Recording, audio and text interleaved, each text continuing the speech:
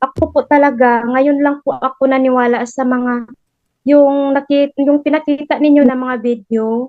Kasi noon po, hindi po talaga ako naniwala sa mga barang, mangkukulam, kung ano-ano pang mga ano diyan na na may koneksyon yung mga bad spirit. Tapos ngayon lang po ako naniniwala na totoo pala iyon na mga ganong bagay. Kasi sa narinig-rinig ko lang po, hindi po talaga ako maniniwala. Kasalanan po ba iyon, Bro Wendell? Well, kung di tayo maniniwala, ah, una, di naman kasalanan pag di ka maniniwala. Pero, yon ay bitag ng demonyo. Because, one of the ancient tactic of the devil is to make you believe that he does not exist. Kaya nga, tinatawag siya na ahas sa Genesis chapter 3 verse 15. Bakit ahas? Because snakes are silent but deadly. So, ano ang babala ng ating Panginoon Kristo sa San Mateo Kapitulo 26:41?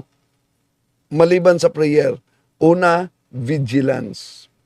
Vigilance, knowing the enemy will, study his tactics, and to become expert of resisting them.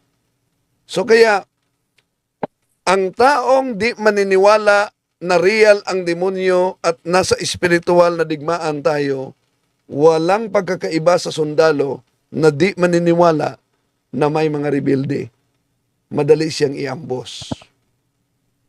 So, kaya real talaga kapatid na meron tayong kalaban.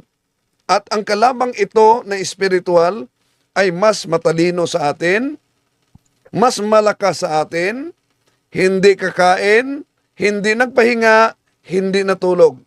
At ang taktika nila, gigibain niya, tayo, at ang ating pamilya. At kitang-kita na ngayon, daming pamilya ang nawasak. Yun po. Okay po, Bro Wendell. Kasi hindi po ako nakakita ng mga ganun po kaya hindi ako naniwala noon. Ngayon alam ko na po na totoo po pala yun. Sige po, thank you, Bro Wendell.